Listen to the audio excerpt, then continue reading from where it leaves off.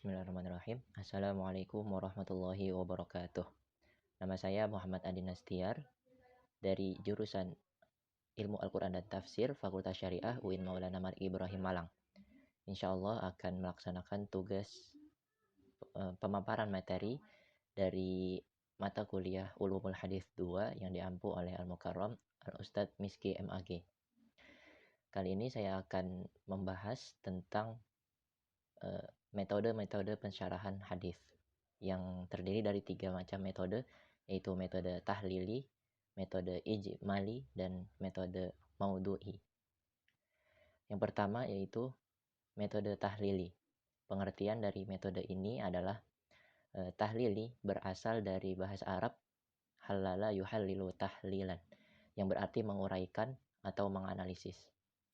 Sedangkan dalam hal ini tahlili yang dimaksud adalah menjelaskan makna hadis secara berurutan dengan mengikuti sistematika buku induk hadis yang disyarahkan. Model syarah ini biasanya dimulai dengan penjelasan mengenai kalimat demi kalimat dan hadis demi hadis secara berurutan.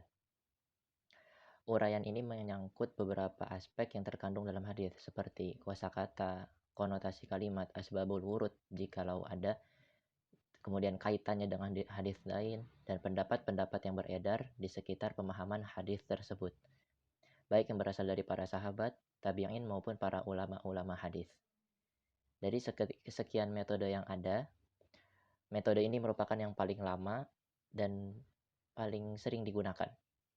Karena selain kosakata dan lafaz, metode tahlili juga menjelaskan sasaran yang dituju dan kandungan hadis serta menjelaskan apa yang dapat diambil dari hadis tersebut untuk hukum fikih, dalil syar'i, arti secara bahasa, dan norma-norma akhlak secara jelas dan rinci. Kemudian, kitab-kitab syarah hadis yang menggunakan metode tahlili ini adalah sebagai berikut. Yang pertama, Fathul Bari Bisyarhi Sahih Bukhari karya Ibnu Hajar Al-Asqalani.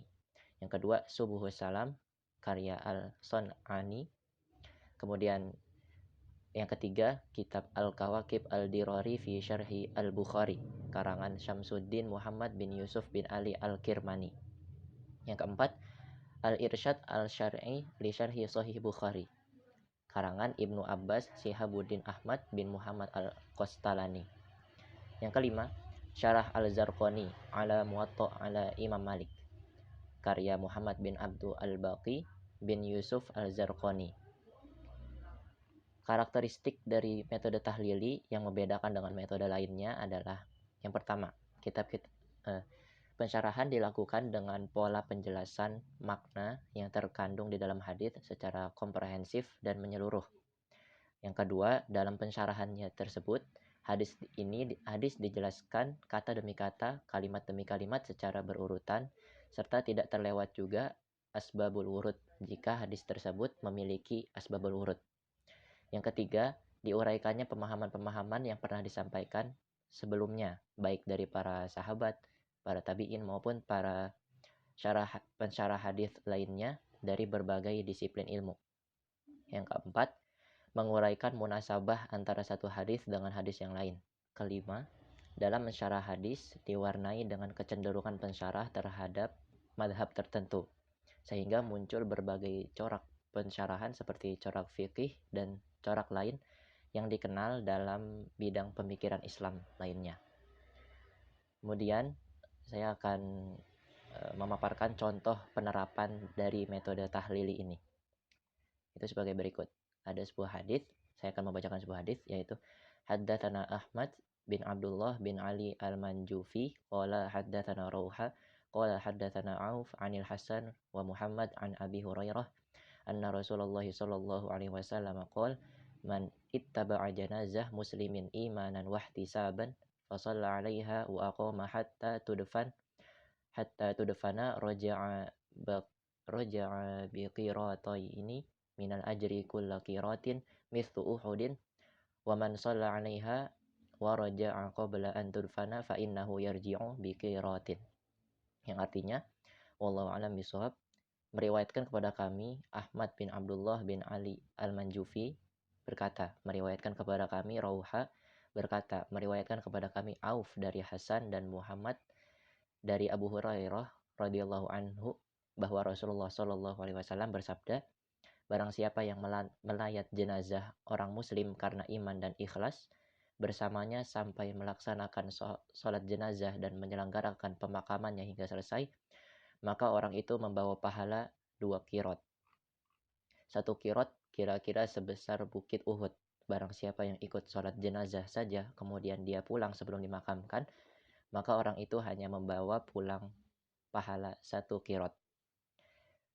Kemudian dijelaskan keterangan hadis, kata man ittaba'a, yang berarti barang siapa yang melayat, dalam riwayat Al-Usaili menggunakan lafaz ittaba'a, di mana lafaz ini banyak dikuatkan oleh orang yang berpendapat bahwa berjalan di belakang jenazah adalah lebih utama. Akan tetapi argumen semacam ini tidak benar karena perkataan taba'ahu yang dalam arti mengikutinya dapat berarti bahwa ia berjalan di belakangnya, bertemu dengannya, ataupun berjalan bersamanya.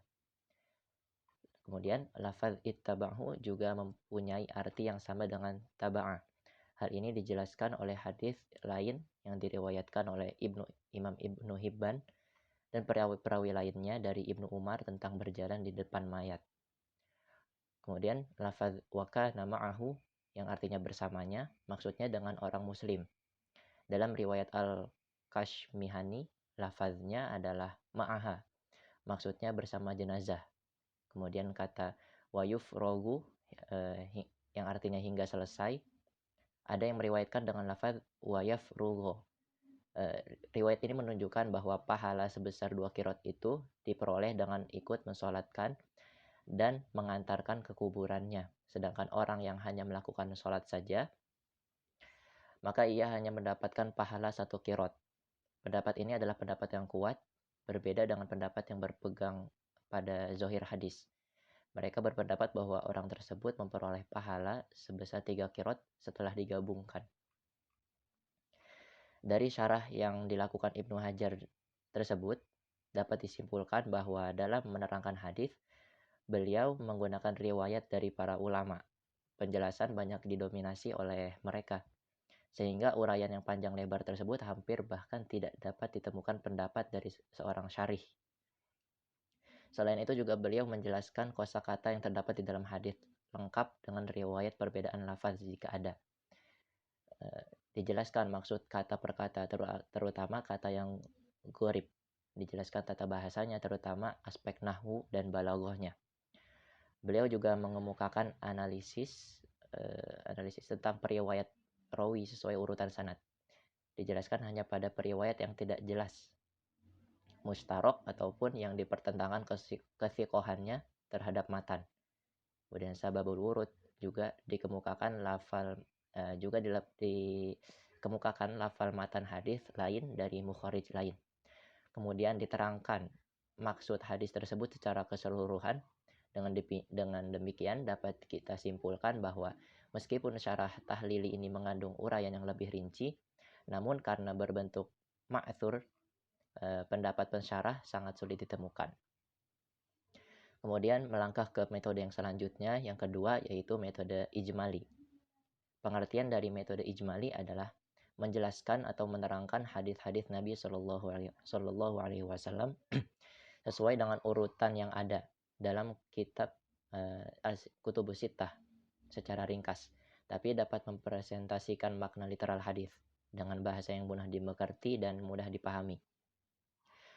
Metode ini memiliki kemiripan dengan metode tahlili dari segi sistematika pensyarahan. Perbedaan terdapat dalam segi uraian penjelasannya. Metode tahlili sangat terperinci dan panjang lebar, sedangkan metode ijmali ini penjelasannya sangat umum dan sangat ringkas. Meski demikian, dalam kitab yang menggunakan metode ijmali juga tidak menutup kemungkinan adanya uraian yang panjang lebar mengenai suatu hadis tertentu yang membutuhkan penjelasan yang sangat detail.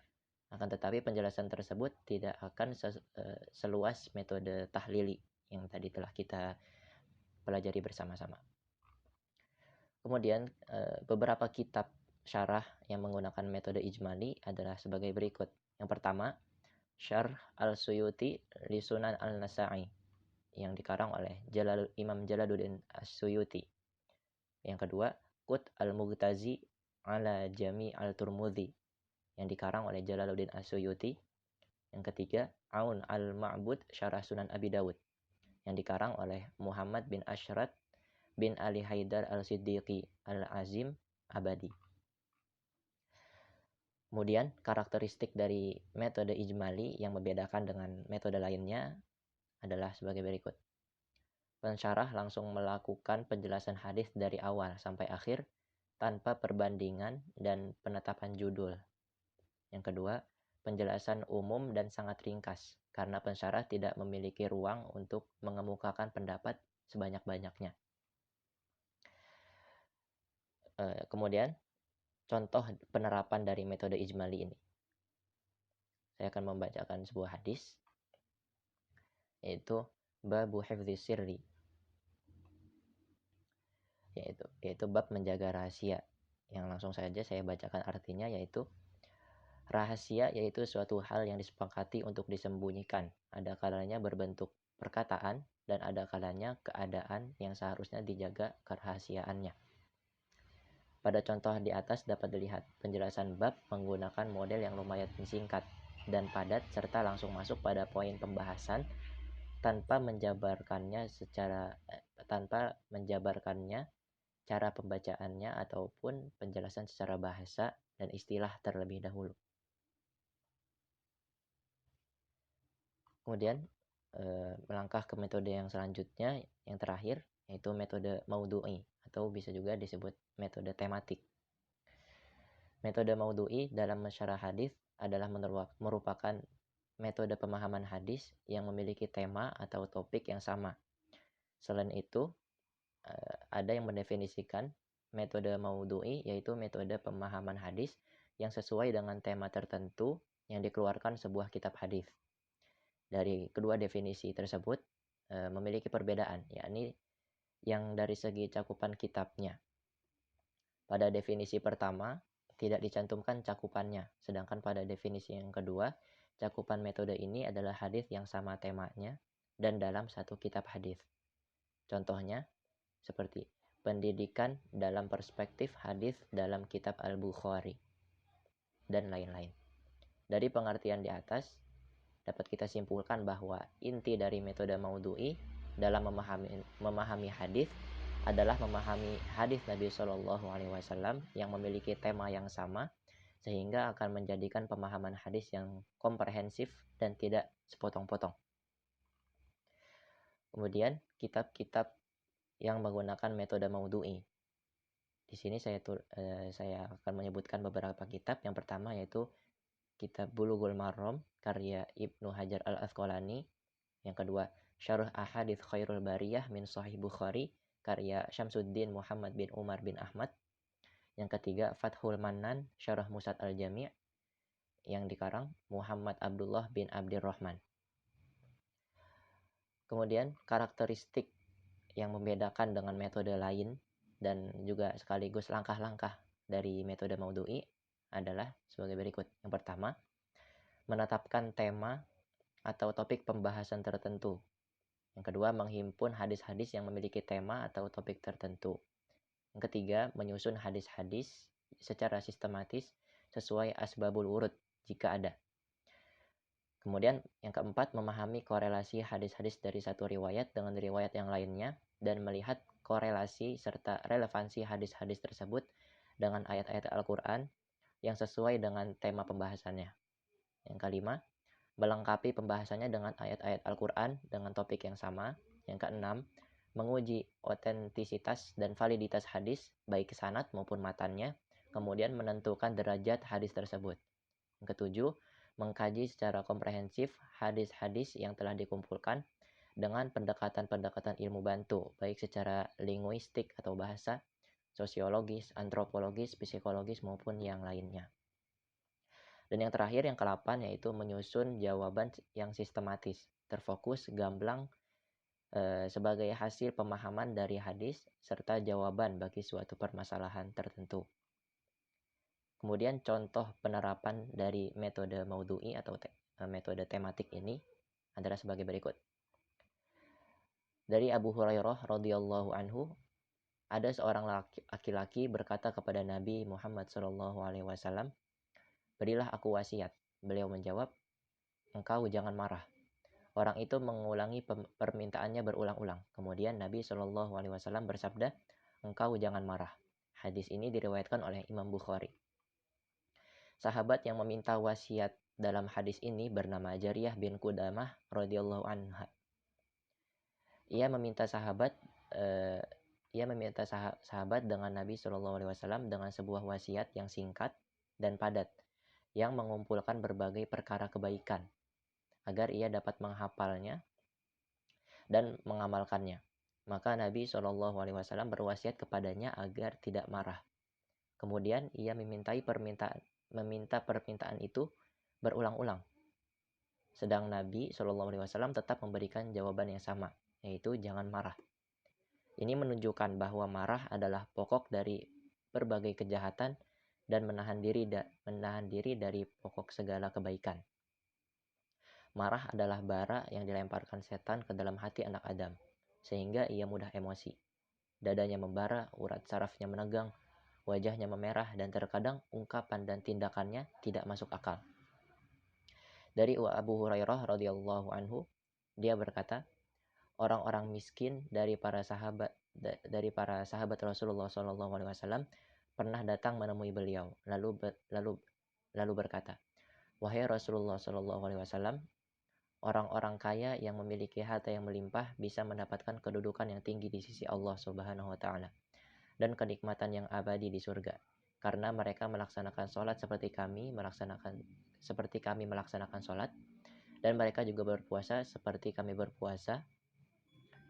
Tapi mereka memiliki kelebihan harta yang mereka gunakan untuk menunaikan ibadah haji, umroh, jihad, dan sedekah, sedangkan kami tidak memiliki harta." Dalam hadis riwayat Imam Muslim, dalam hadis di atas, Rasulullah SAW bersabda, "Itu adalah karunia dari Allah Subhanahu wa Ta'ala yang diberikannya kepada siapa yang dikehendakinya." Kesimpulannya, manusia akan sehat secara naluri jika dalam keadaan baik, terpenuhinya naluri beragama dan mempertahankan eksistensi. Naluri beragama adalah berdoa dan beribadah kepada Allah Subhanahu wa Ta'ala, sholat malam, ibadah haji dan umroh, dan lain-lain. Adapun naluri mempertahankan eksistensi diri adalah bekerja mencari nafkah, menuntut ilmu untuk memperluas pengetahuan, menambah keterampilan, jangan marah ketika dihina, jangan sedih ketika dicaci, membela diri atau melawan ketika kehendak dicederai, menjadi kaya dengan cara yang halal, dan bersedekah, dan lain-lainnya. Demikianlah pemaparan materi saya terkait beberapa 3 metode pensyarahan hadis, mulai dari metode tahlili, metode ijmali, dan metode maudhu'i. Semoga ada manfaat yang dapat kita ambil dari pemaparan materi saya pada kesempatan kali ini. Kurang lebihnya mohon dimaafkan. Wallahul muwaffiq ila aqwamit thoriq. Akhirul kalam. Wassalamualaikum warahmatullahi wabarakatuh.